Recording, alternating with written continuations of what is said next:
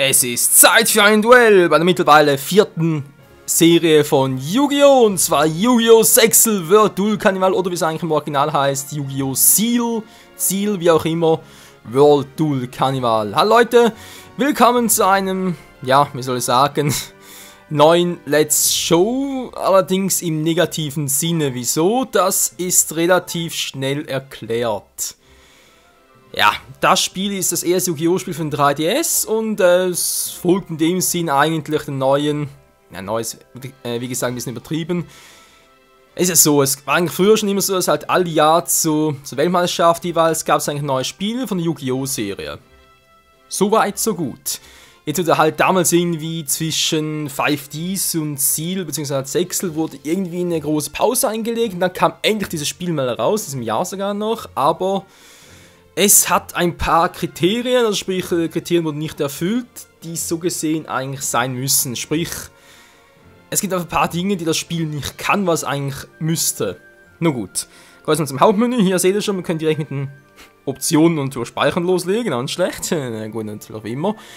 Und natürlich auch mit der Story-Modus oder mit freiem Duell. Freiem Duell, was heißt genau? Tja, freiem Duell heißt, wir können direkt loslegen, Duell gegen NPCs oder gegen Freunde. Das heißt, also spielen wir gegen andere Spieler, gegen reale Spieler. Jedoch geht das nur eingeschränkt, nämlich nur lokale, reale Spieler. Sprich, das Spiel unterstützt keinen, ich wiederhole es noch einmal, es unterstützt keinen Online-Modus. Und das ist für ein Yu-Gi-Oh! Spiel, vor allem für die aktuellen Generationen, einfach ein No-Go. Das kann es nicht bringen. Das, ganz ehrlich, seit der DS-Ära gab es gar nicht mehr. Das ist jetzt irgendwie plötzlich, also sprich nur seit der Game Boy Advance-Ära, weil damals war es ein bisschen schwieriger mit Online. Die S&D-Spiele hatten das bereits unterstützt und jetzt wird das erste 3DS Yu-Gi-Oh! Spiel, das kann es nicht. Was soll das? Na gut, ja, du lernst Items festlegen, das ist halt für die Kartenpacks und so, oder? Oder halt Kartenprotektor, Spielunterlagen, so was man hier noch wählen kann, kaufen kann. Ist ganz nett, kann man machen, muss nicht unbedingt sein. Also, viel interessanter ist das Deck, was man natürlich so, sag jetzt mal, konfigurieren kann. Hier eine Besonderheit, was früher auch nicht der Fall war. Normalerweise muss man sich immer besondere Karten noch kaufen. Sprich, du hast am Anfang durch ein Starterdeck mit etwa, sag jetzt mal, 80 Karten, wo du einfach halt 40 auswählen konntest und die waren meistens, naja, sagen wir mal so, noch ziemlich bescheiden. War man natürlich das Starterdeck, Anfangsdeck und so. Ein paar Karten waren gut, andere kann man verbessern und wenige waren halt noch ein bisschen kacke. Aber wie gesagt, du kannst natürlich neue Karten kaufen, sogenannte Duell-Packs halt. Hier ist das anders. Hier kannst du keine neuen Duellante-Packs mehr kaufen, hier hast du bereits alle integriert. Wobei das übertrieben sind nicht alle Karten dabei. Es gibt noch ein paar Karten der älteren Nation, die irgendwie nicht das ins Spiel gefunden haben. Wieso? Keine Ahnung. Ihr könnt es euch mal hier testen. Suchen zum Beispiel mal nach Synchro-Monster. Was hat sie alles? Also, Entschuldigung, natürlich Deck. Soll ich eine Tour nachgucken? Synchro-Monster. Ja, seht, oh, ganz viele Karten. Aber hat es auch alle Synchro-Monster? Das mal nach Stufe war, und zwar am besten gleich mal nach den höchsten Stufen. Für die stärksten Monster, na gut, immerhin der Quasar-Schnuppendrache ist dabei, der Rote-Nova-Drache auch. Kann natürlich sagen, ja, sind doch eigentlich alle Drachen und so, zumindest mal alle wichtigen Monster dabei. Das mag vielleicht so aussehen, es gibt wie gesagt ein paar Monster, die ich mal gesehen habe, oder beziehungsweise mal gesucht habe, und trotz allem nicht dabei waren, wo ich sagen muss, okay, wieso, warum, gibt es bestimmte Gründe dafür? Wahrhaftige Gründe gibt es dafür, glaube ich, gar nicht. Es war einfach mal so, dass wir gesagt haben, ja, bestimmte Karten nehmen wir rein, andere nicht. Und ja, wie gesagt, ist natürlich doof, wenn du halt neue Karten einfach nicht hinzufügen kannst. Natürlich, sprich ältere Karten, weil früher konntest du halt entweder Karten kaufen, in Duellpacks halt, oder halt du konntest auch solche noch einscannen, wenn du halt die Codenummern Rätsel auf der Karte jeweils hattest. Das geht hier irgendwie auch nicht mehr. Was ich mache, mal das zeigen, zumindest mal. Okay, Uria ist hier, haben wir auch. Schön, ein paar Stufe C Monster. Was mich noch mehr interessiert ist, sind die ägyptischen Götter denn integriert? Zumindest mal die schwächen Versionen davon, weil mittlerweile gibt es natürlich auch spielbare Versionen, die allerdings, ja, wie gesagt, ziemlich, ja, guck mal. Sly von der Himmelsritter, beziehungsweise Osiris, der glaube ich hier von den 3 Göttern sogar fast die stärkste Karte ist. Okay, 3 Tribute, kann nicht der Spezialbeschwörung beschworen werden, das ist ganz schlecht. Moment, doch. Ich brauche 3 Tribute, um normal beschworen zu werden, kann nicht normal gesetzt werden, okay. Kann nicht annulliert werden, normale Beschwörung. Friedhof. Das ist auch so etwas. Die Karte hier kannst du als normal und als Spezialbeschwörung rufen. Okay, denkst du so, cool, ist ein Gott, kannst du mal rufen. Speziell, alles cool. Geht doch. Ja. Mal die anderen Götter anschauen, wa? Was haben wir noch Schönes? Ein paar Stufe 10 Mons, wo sind die alle? Sind noch viele, wa? Hier. Obelisk der Peiniger, beinahe das gleiche, auch Normalbeschwörung, auch Spezialbeschwörung, sprich... Natürlich bei ägyptischen Göttern üblich, wenn du als Spezialbeschwörung rufst, müsst ihr am Ende des Zugs, in dem sie gerufen wurden, wieder auf den Friedhof gelangen. Ansonsten im Effekt hier eigentlich so, wie es auch bei Yu-Gi-Oh! Spielen integriert, wo nicht so stark im Anime, aber trotzdem eigentlich noch spielbar. Orichalcos Shuneros, also etwas, die Orichalcos Mons gibt. Es gibt nicht viel im Spiel, aber 1, 2 sind tatsächlich enthalten. Verrückt, war. So, ein drittes natürlich auch dabei, und zwar der geflügelte Drache des Ra, der allerdings ist... Ja. Es ist traurig, es ist traurig. Kann nicht als Spezialbeschwörung beschworen werden. Ja, ne, als Mark würde ich jetzt sagen, seid ihr bescheuert? Nee, mal ganz ehrlich, das kannst du bringen, ey. Der ägyptische Götter kann vor allem Ra, der mit seinen ganzen geilen Effekten nicht als Spezialbeschwörung. Ey, hallo? Das kannst du nicht bringen, das ist doch einfach... Gut, das hat jetzt nichts speziell mit dem Spiel zu tun, ich wollte einfach mal ein bisschen zeigen, dass die Götter integriert sind und... Ja, vor allem Ra ziemlich geschwächt wurde, im Gegensatz natürlich zum Original. Oder auch, wie es nach Yu-Gi-Oh! Spielen, wie zum Beispiel Yu-Gi-Oh! 5D's Reverse of Arcadia ist. Aber das dann ein anderes Mal. Ja, wie gesagt, ihr seht jetzt hier, wir haben bereits so viele Karten, aus denen man auswählen kann. Das hat natürlich seine Vorteile, aber auch seinen Nachteil, wie gesagt. Man kann halt keinen neuen Karten hinzufügen. Es gibt auch keine Updates von den Bundles, meine ich jetzt natürlich, also sprich von der Liste wegen verbotenen, halblimitierten, limitierten Karten etc. Und man kann keine Karten mehr einscannen, wie es früher noch der Fall war. Tja, so zum freien Duell. Wie sieht es mit dem Story-Modus aus? Der ist... fast noch schlimmer. Okay, ihr seht jetzt hier Charakterauswahl, ihr könnt mit dem eigenen Charakter nicht antreten, sondern nur mit den Charakteren, die es hier gibt. Das ist momentan etwa 7 Stück an der Zahl, es gibt natürlich nachher noch mehr. Das Ziel im Story-Modus ist ganz und klar einfach... Ja, man hat sich mit Yum die Krone geholt, ganz toll. Ihr müsst in jedem Charakter Herzen sammeln. Und zwar insgesamt 3 Herzen. Hier seht ihr bereits, Kite hat bereits 2, ein Drittel. Das heißt, pro Sieg gibt es ein Drittel eines Herzens dazu. Wenn ihr 3 Herzen insgesamt habt, sprich nach 9 Siegen, dann kommt ihr in der Runde weiter, nachher ins Finale und dort im Finale, da wenn ihr dort gewonnen habt, ist das Spiel vorbei. Das ist Yu-Gi-Oh! Sexel World Duel Carnival. Es hat von dem her mit dem Story-Modus selbst nicht viel gemeinsam, sprich mit dem Anime, weil da wurde einfach nur bestimmte Elemente rausgenommen, aber nichts Konkretes, das ist kein Story-Modus, der wirklich ineinander greift und so, der wirklich irgendwie spannend wäre, es sind einfach nur ein paar Elemente inbegriffen. Danach ist er vorbei. Toll, war. Gut, so haben wir Kite. Ja, mit Kite können wir wie gesagt noch ein paar Duelle machen und so zum Gucken. Wie geht es denn eigentlich weiter zum Finale etc. Wobei, so weit machen wir doch nicht. Dann ist doch nicht die Lust von mir so groß. Aber mal so zum Zeigen. Auch der Story-Modus hier, es ist kein... Du hast kein Avatar, mit dem du durch die Straße gehen kannst, nach zum Beispiel anderen Spielen war, wie auch bei Yu-Gi-Oh! Online 2 und diversen anderen Yu-Gi-Oh! Spielen. Du kannst auch hier ein bisschen umgucken, Charakter auswählen und mit denen halt fighten, um halt diese Sternpunkte. Sternpunkte sage ich schon. Nee, Entschuldigung, falsches Spiel. Natürlich um die... Ich sag schon fast Herzteile, war. Die Frage ist, welchen Charakter nehmen wir jetzt hier? Würde doch mal sagen... Tori? Nee. Den epischer wäre noch cool, aber ich irgendwo Shark dabei? Shark, Yuma, seid ihr eine Sketty? Also muss ich dazu sagen, auch der Anime und so, ich bin jetzt nicht riesen Fan von der Serie, das nicht. Es ist interessant, Shark, cool. Es ist ganz interessant, die Serie, aber jetzt im Vergleich zu 5Ds und dem Original Yu-Gi-Oh! Und auch zu GX nicht mein Fall. Naja, duellieren wir uns! Ein Duell? Na gut, ich bin ein Gegner. ja, das ist ungefähr alles.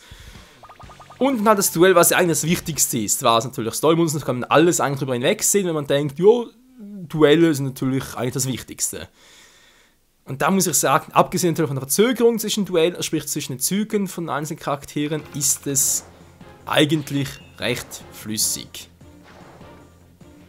Weil vor allem das, hallo, das 3DS oder sogar auf dem DS hat es teilweise noch Animationen mit dem Open Screen und so, das ist alles hier nicht.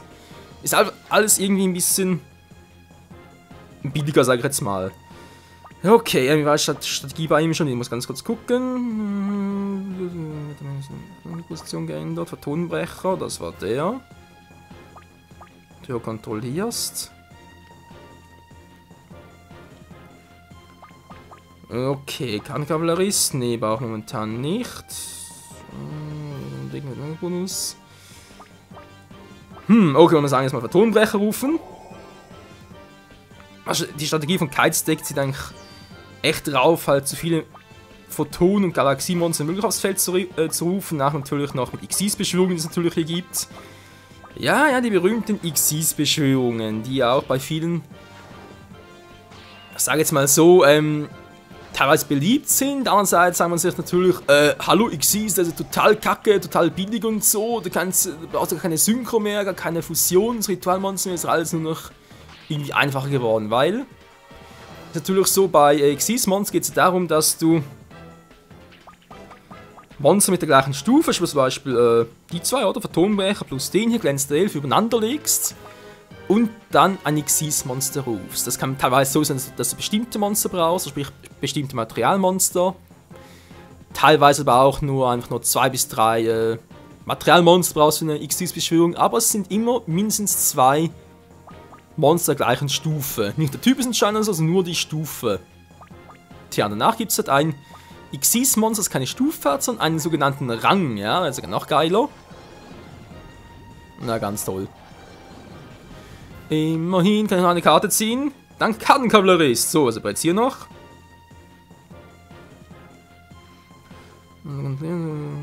Ja, tolle Leuchten. Ja, ist eine coole Karte und so, wenn zumindest mal ein Monster auf dem Feld hätte. Ja, Kitestack. Kite ist ein bisschen so wie Kyber früher war oder auch Jack aus Yu-Gi-Oh! 5D, sprich, sind natürlich ihre Stufe, also Stufe 8 mit 3000 Angriffspunkten Monster. Im Sinne von weißer Drache und ja, in diesem Sinne halt. Monddrachen Erzunterwälder, genau, das hat er von Jack. Darauf sieht ein bisschen so Kitestack ab, sprich, es geht mehr um den Photonen. Was ist schon wieder? Photon-Galaxiedrache, wa? Oder Galaxieaugendrache, was kann ich mir genau? 4 Höhen, das entdecken zu aus Galaxie-Zauberer. Ich überlege, aber er hat irgendwo noch eine bestimmte Karte, glaube ich nicht, wa?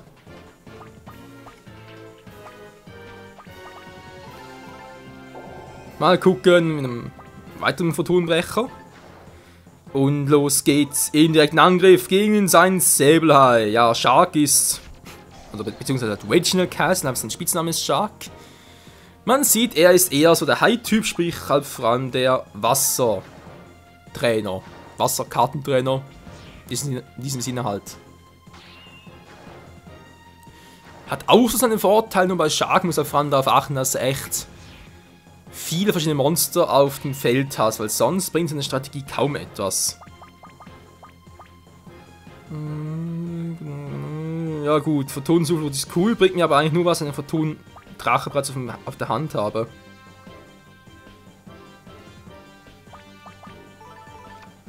So, Photonenbrecher nochmal, wir sagen, direkt mal Zeit für unsere erste Xyz-Beschwörung, wa? Auf einem Monster vielleicht gerade die beste Wahl, aber egal. Und zwar, ja, man sieht schon, die haben hier schwarze Sterne. Erinnert ein bisschen an die finsteren Synchro-Monster noch aus Yu-Gi-Oh! 5Ds, die es ja so gesehen eigentlich nur im Anime gab und niemals im realen Leben. Hier sind es allerdings keine Stufen, sondern wie gesagt Ränge. Ja, die hier, also zweimal Stufe 4 zum Beispiel, gibt einmal Rang 4. Interessant, wa? Ich habe bereits 3 Monster zur Auswahl, alles gleiche. Ich kann 2 Xyz-Monster abhängen, mal auf das Monster wählen. Ja, also ihr seht schon, es geht darum, die Monster übereinander zu legen.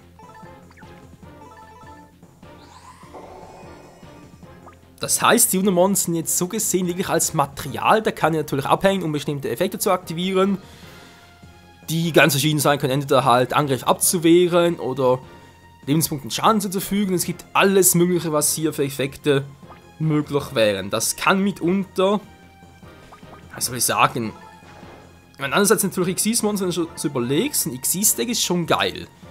Du kannst die Monster relativ leicht beschwören und so, und auch natürlich die starken Xyz-Monster, ist ja alles cool. Nur wenn du natürlich so als Oldie denkst, hallo, es gibt doch... Nee, will ich nicht prüfen. Und tschüss.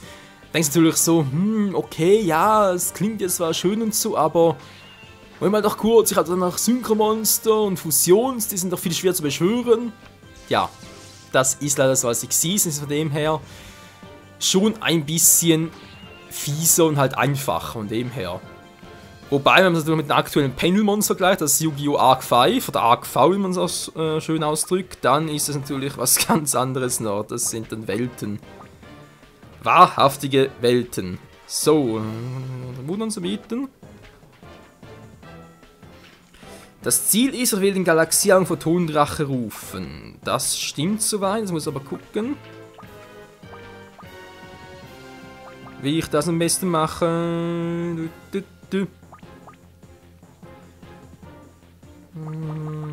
Galaxieaugen, toll, brauche ich ein bestimmtes Monster, war.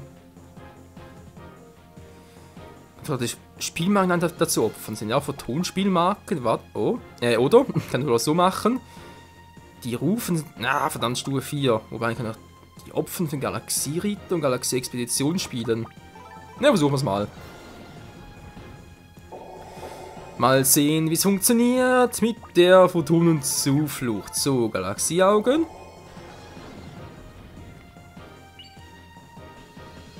Und er wird geschwächt, doch das ist kein Problem. Galaxie-Expedition. Und dann oben noch einfach mal einen Galaxie-Augen-Photonendrache. Yo, Mann. Cool, wa? Jetzt hätte kann theoretisch bereits die zwei irgendwie Xyz beschwören lassen, weil es sind ja 2 Stufe 4 Monster. Oder halt die zwei, weil es sind ja 2 Stufe 8 Monster. Also von dem her ist echt... Man kann ja sehr, sehr viel machen, aber zur Auswahl. Priesterlicher Sonnendrachen Overlord von Heliopolis. Alter. Ja, also nicht, ein bisschen schneller so.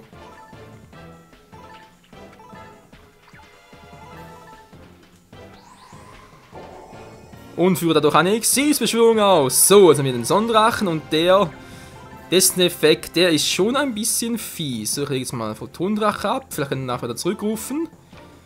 Das kann durchaus sein. So, was machen wir jetzt? Irgendwie. Natürlich mal den hier. Spielwagen brauchen wir sowieso nicht. Und den hier noch. Nö, 2 reicht. Und zerstören 2 gegnerische Karten. Das Gemeine daran ist auch, du kannst nicht nur gegnerische Karten zerstören, sondern auch eigene. Auch das kann natürlich mitunter noch nützlich und notwendig sein. Jetzt seht ihr, ich habe total freie Bahn, 5000 Schaden, Shark, ja, das wird gleich richtig wehtun. Er hat keine Chance. Also man sieht, das Duell selbst läuft flüssig. Die Xyz-Monster für sich sind auch gut eingebunden. Und man jetzt sagt, ja, Xyz-Monster ist doch geil und so, das will ich auch so machen oder so haben. Ich finde es wieder cool als Synchro. Naja, da weiß ich jetzt nicht so genau, ob das wirklich so jedermanns Fall ist. Kann man natürlich durchaus mal so machen. Für mich persönlich finde ich jetzt zwar irgendwie Synchro-Monster noch geiler, aber das ist halt so meine persönliche Note.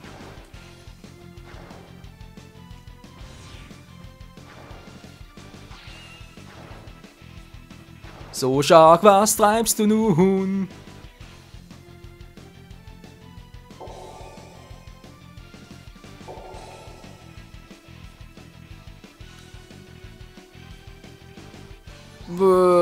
Scheinbar nicht gerade allzu viel. Ich meine, das Monster hat was. Gut, es macht eine Monster-Animation oder halt Wiedergeburt. Hallo, das ist mein Monster. Das ist ein Arsch, ey. Der ist ein Arschmann, was treibt der Mann? Du, du, du, du.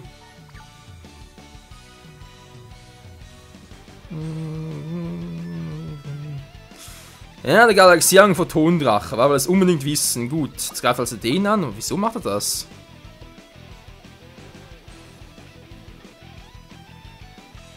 Alter Schwede, verdoppelt. Okay, jetzt muss ich... Ja, müssen wir fast, wa? Die Fallenkarte erleuchten aktivieren. Du wirst erleuchtet. Und wir hören mal ganz kurz seine Punkte. Oh, da war aufgehört.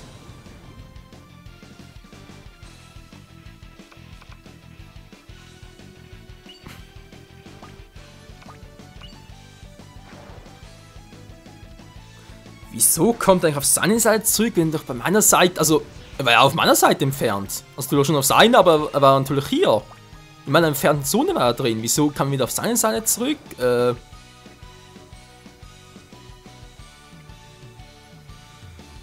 Ja gut, von dem natürlich ist Galaxian Photondrache schon ein bisschen fies. Toll, jetzt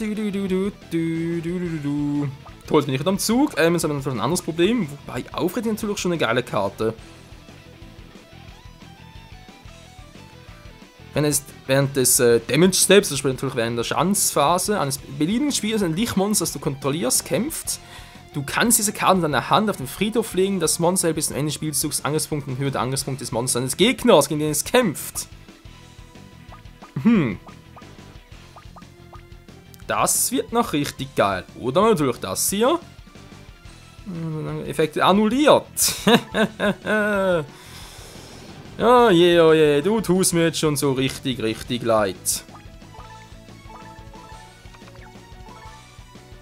Aber ich sage, die haben teilweise echt so krasse Effekte, die Xyz-Monster, das ist einfach nicht zu fassen. Ja, seht ihr, keine Effekte mehr, Angriffspunkte 0, die kann gar nichts mehr machen. Aber natürlich, weil er sonst keine Karte mehr hat.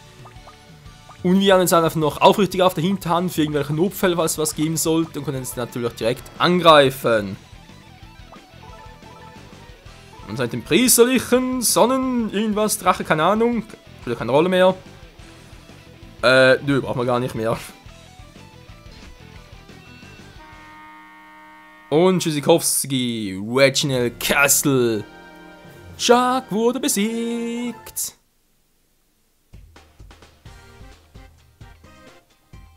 Habe verloren. Na, das Ergebnis überrascht mich nicht. Ja, die Dialoge zwischen beiden war natürlich wieder. Du hast ein Herzstück, jemand, und ein Ereignis wurde ausgelöst. Genau, das gibt es auch teilweise noch, und das ist eigentlich schon das ganze Highlight des Spiels. So, Ereignisse halt, am Schluss noch irgendwelche gegen einen besonderen Gegner antreten, aber viel mehr gibt es darüber eigentlich auch nicht mehr. Orbital, hast du ein Update über Herzaufenthaltsstopp bekommen? Ja, Meisterkeit. Nachdem er aus seinem Zimmer gefunden ist, wurde er zuletzt im Block B12 gesichtet.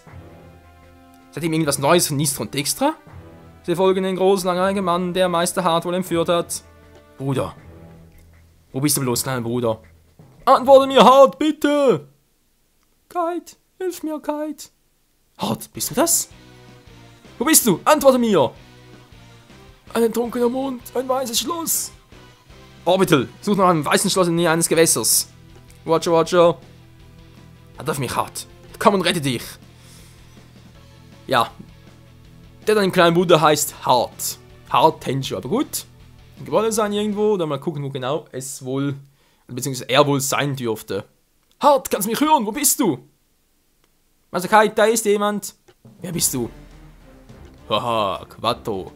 Dann begegnen wir uns, Kai, ich hab schon gewartet. Hast du meinen Bruder entführt? Wo ist er? Oh, hab keine Sorge, er lebt. 1, 2. Wag es nicht mal nur ein Hart zu krümmen. Mann, diese Dialoge, hey. Ja, wie erwähnt, wegen dem Stormons und so, ist natürlich auch so, dass jetzt hier, je nach Charakter, mit dem wir halt zocken, erleben wir ein bisschen was aus dem, was wir auch aus dem Anime kennen. Das Magier so gesehen ganz interessant sein, was mich aber dabei wirklich stört, ist, dass man nicht alles erfährt, was man im Anime auch kannte, und zwar aus der jeweiligen Staffel. Es sind so, als er jetzt irgendwie, also sprich jetzt irgendwelche Informationen möchte aus der letzten Staffel, so von Sechsel. Aber aus der aktuellen Staffel, wo natürlich auch dieser Dual-Karneval stattfindet, dass man hier alles irgendwie hat noch. Das ist irgendwie nicht gegeben, momentan fällt gerade die Musik, jetzt kommt es wieder. Und einfach alles nur irgendwie gewisse Bruchstücke und nie etwas Ganzes. Das ist dann doch mittlerweile ein bisschen frustrierend, wenn du überlegst. Ja, okay, du nimmst die ganze Mühe auf dich, du lierst dich immer 9-mal, um da mehr oder weniger dich durchs Turnier zu schlagen und dann am Schluss kommt doch nichts Gutes dabei heraus. Also, na okay, gut, wir haben natürlich mal eine coole Fallenkarte hier. Schon gesagt, du keine Monster kontrollierst, kann diese Karte nicht angreifen. Gut, kein Problem. Ich rufe Photonendrescher im Angriffsmodus. Ja, und seht ihr auch bei bestimmten Duellen halt, also sprich solchen Ereignisduellen, gibt es teilweise auch mal ein paar Bilder von den Charakteren und sie sagen doch mal etwas, aber ansonsten ist da nicht viel zu sehen. Leider, leider Gottes.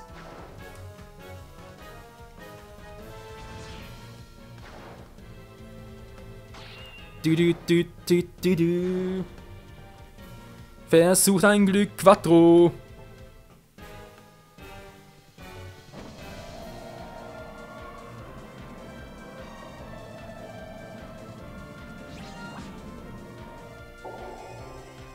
Was ist das für einer? Gib mir Marionette. Ich muss also sagen, ich habe glaube Quattro noch nie duellieren sehen, sprich die Folgen, wo er vorkam, habe ich glaube irgendwie ein bisschen verpasst, weil die Karten sagen jetzt gar nichts. Stufe 8, okay. Naja, wieder mal Exilsbeschwörung. Zweimal Stufe 8, Mann, das gibt ein Rang 8 Monster. Oder auch nicht. Hey, wieso greift mein stärkeres Monster an? Bist du lebensmüde? Mal ganz kurz gucken, warum ein Effekt. Was steht denn hier jetzt? Effekt aktivieren und dann. Das gibt keinen Sinn, außer.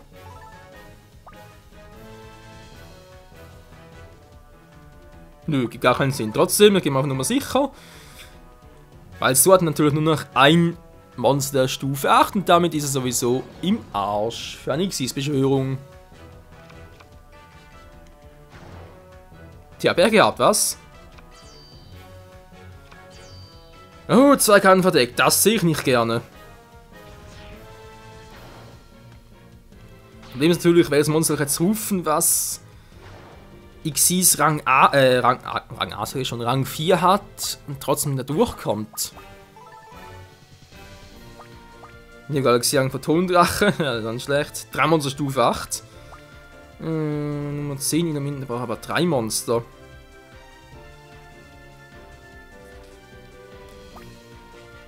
Drei Mons wären zwar cool, Sternensherr Galaxion.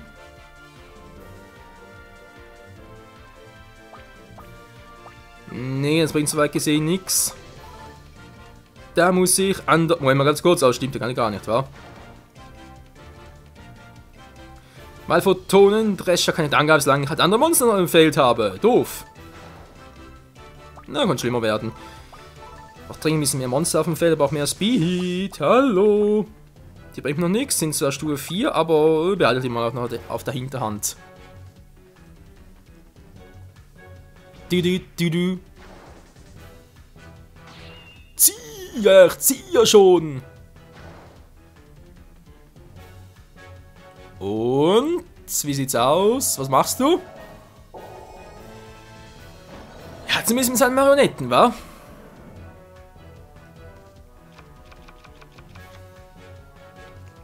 Okay, was bringt das jetzt? Das hat eine Stufe 4 und eine Stufe 8 Monster, toll.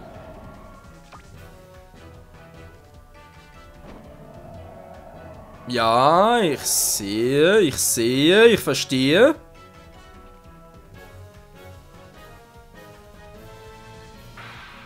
Oh oh. Ich überlagere diese beiden Monster und baue das Überlagerungsnetzwerk.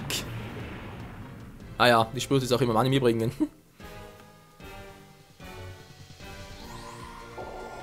Das Überlagerungsnetzwerk, Naja, Nummer 40. Oh, Nummermonster. Das ist auch so im Anime, sind Nummermonster, kannst nur von anderen Nummern besiegen lassen. Sprich, du kannst zwar normal angreifen und so, wenn du mehr Angriffspunkte hast, als das Nummermonster halt.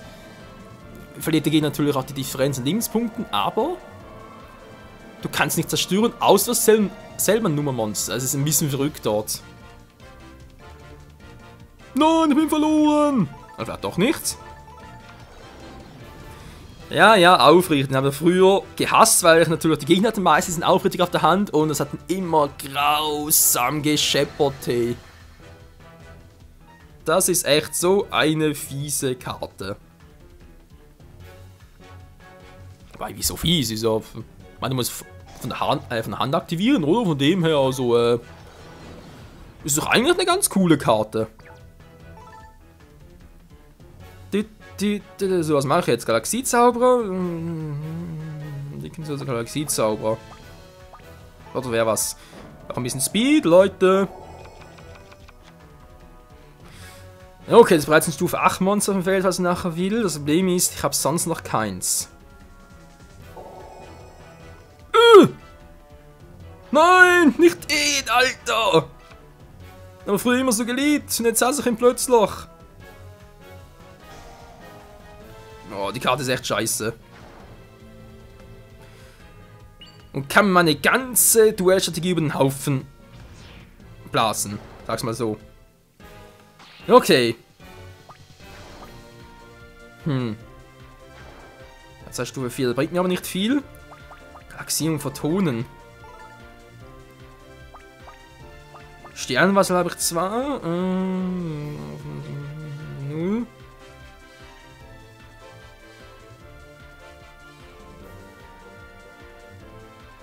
Das ist ja eine Karte.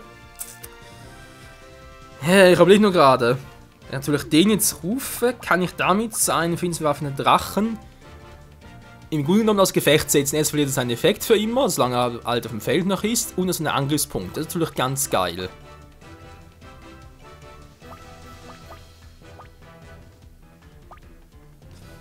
Andererseits natürlich ihn Opfer der Galaxie kann dann meinem Deck hinzufügen.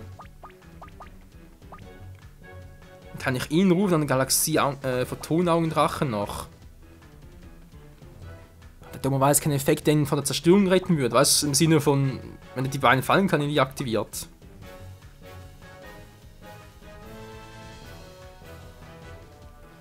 Oh Mann ey, was machen wir bloß? No risk, no fun.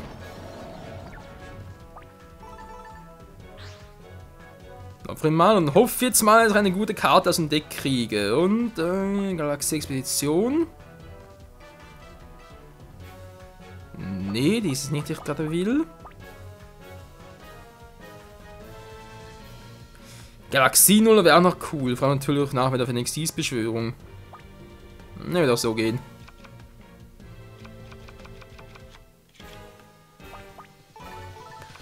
Nun dann, ich aktiviere Photonenzuflucht. Und damit kriege ich 2 Photonen-Spielmarken im Verteidigungsmodus. Und nun wird's Zeit für meinen Champion. Macht die Augen auf. Hier kommt der einzig wahre. Der gigantische Galaxieaugen-Photonendrache.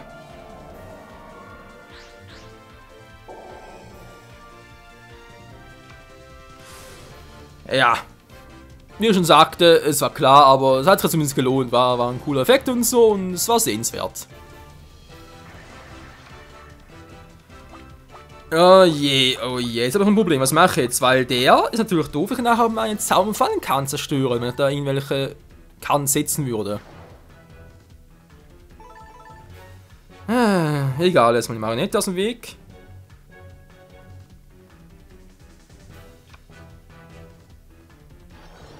Oh nein, nicht der. Nein, die Bremsentferner. Nein, jetzt wird der Angriffspunkt immer doppelt. Wie kann er nur so ein Pech haben?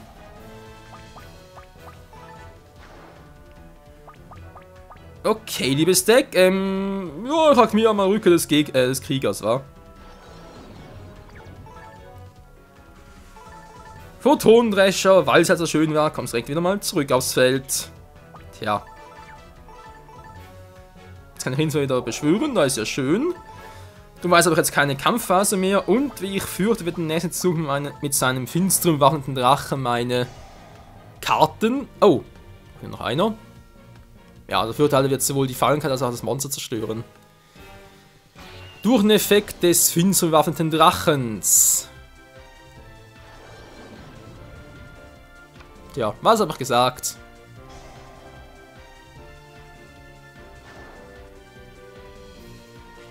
Und macht er doch nicht, das ist auch clever, als ich dachte. Er dachte von wegen, ja, jetzt kann natürlich das Monster zerstören durch einen Effekt und sich natürlich damit Materialmonster im Friedhof unnötigerweise entfernen lassen. Aber nee, die KI ist doch ein bisschen intelligent und dann sagt sie auch, nö, komm, wieso? Krieg jetzt weniger, also kann ich weniger Schaden reinkloppen, aber habe dafür auch noch mehr Karten in der Hinterhand. 2000. Nicht direkt angreifen, mit der Friedhof gelegt. Verdammt. Ja, verdammt, nur im Friedhof. Natürlich mein Monster aus dem Spiel entfernt. Kacke. Egal. Vom Friedhof hinzu und zwar.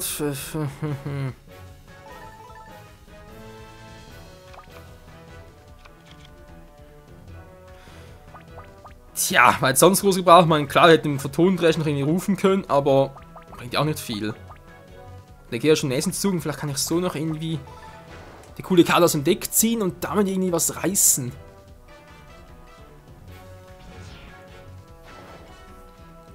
Komm schon, liebes Deck, lass mal jetzt nicht im Stich. Sonst mache ich Quattro gleich richtig alle. Da waren noch so verdammt viele Finsternismonster auf dem Friedhof, also sprich Fallen, Zauberkarten. Setzen voran bringt da gar nichts. Das ist nur eine Karte, toll. Nee, passt schon. So, und jetzt komm schon! Jackpot, Baby! Ich aktiviere schwarzes Loch und tschüss zu doofen Drache. So, ein Problem weniger. Das kann man zwar machen, aber wir momentan noch ein bisschen zu riskant. Deswegen erstmal verdeckt setzen. Und erwarten, bis ich wieder mal eine Karte mehr auf der Hand habe. Mein Galaxie Nuller, klar, das ist eine coole Zauberkarte, aber da hätte ich sonst ziemlich wenig auf der Hand. Ja, trotzdem noch eine verdeckte Karte, das sprich auch jetzt angreifen wäre ein bisschen zu riskant. Was macht der jetzt schon wieder? Ja, und jetzt?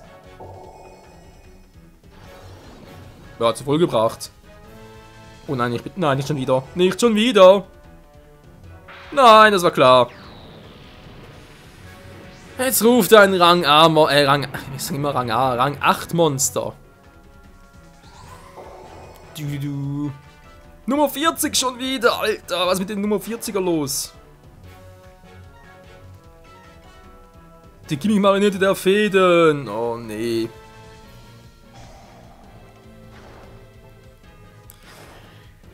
Ja, jetzt war eine sehr, sehr gute Karte, Kite.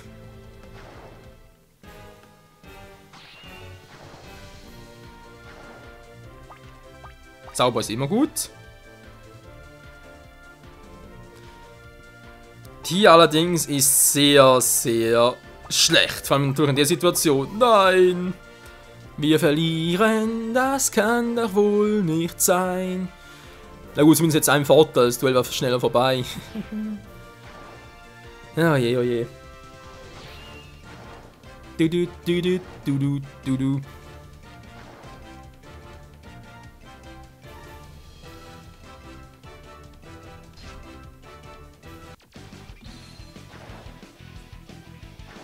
Oh Mann, und die Musik, die sagt es schon. Jetzt müssen wir richtig geil loslegen. Komm schon, Deck, komm schon, Deck, komm schon, zieh!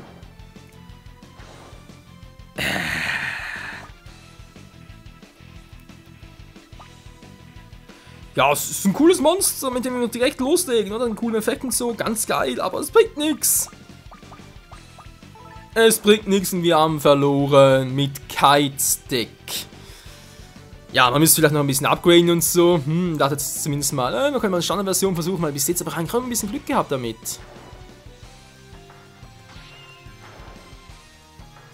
Naja. So kann es leider Gottes wirklich kommen.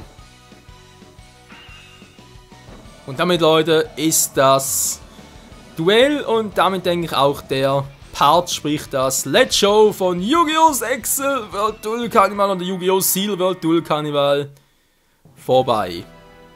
Nein, es darf es nicht enden. Oh, meine Fans, du. Was auch noch ein bisschen ist, weil ein Duell verliert. Egal, ob es jetzt ein spezielles Duell ist, ein normales Duell, ihr könnt sofort wiederholen.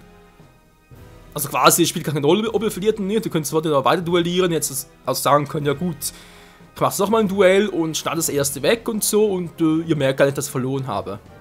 Könnte man auch machen. Aber nee, ich habe keinen Bock drauf. Weil es soll dann jetzt schon darum gehen, dass ich euch ziemlich viel, also sprich eigentlich sogar möglichst viel von einem Let's Play, also sprich vom Spiel selbst zeige.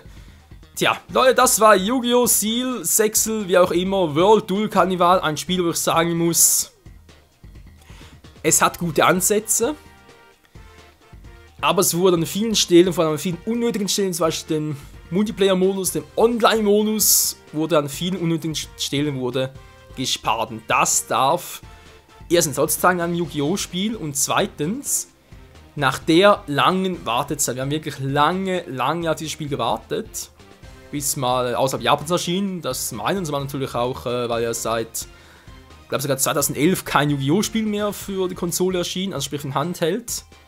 Und dafür jetzt so ein Spiel bekommen. Sorry, das geht nicht. Konami, wer auch immer dahinter gesteckt hat in der Entscheidung, sorry, aber das ist ein No-Go. Das Spiel, ihr habt damit so vielen Yu-Gi-Oh! Fans hintergetreten, das glaubt ihr mir gar nicht. Das war einfach nur peinlich.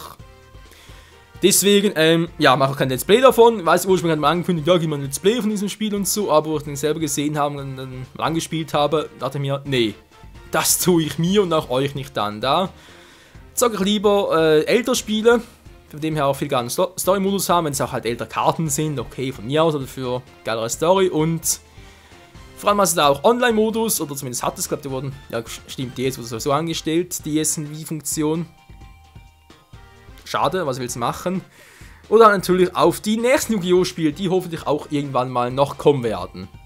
Tja, in diesem Sinne, danke fürs Zusehen und dann, wie gesagt, bis zum nächsten Yu-Gi-Oh! Spiel, was dann sehr hoffentlich bald kommen wird und aller Wahrscheinlichkeit nach Yu-Gi-Oh! 5Ds Reverse of Arcade sein wird mit auch ägyptischen Götterkarten, die allerdings um eine Vielfache stärker sind als die hier. Zumindest Ra. Der ist wirklich um einiges geiler als hier zu spielen. In diesem Sinne, bis zum nächsten Mal und tschüss.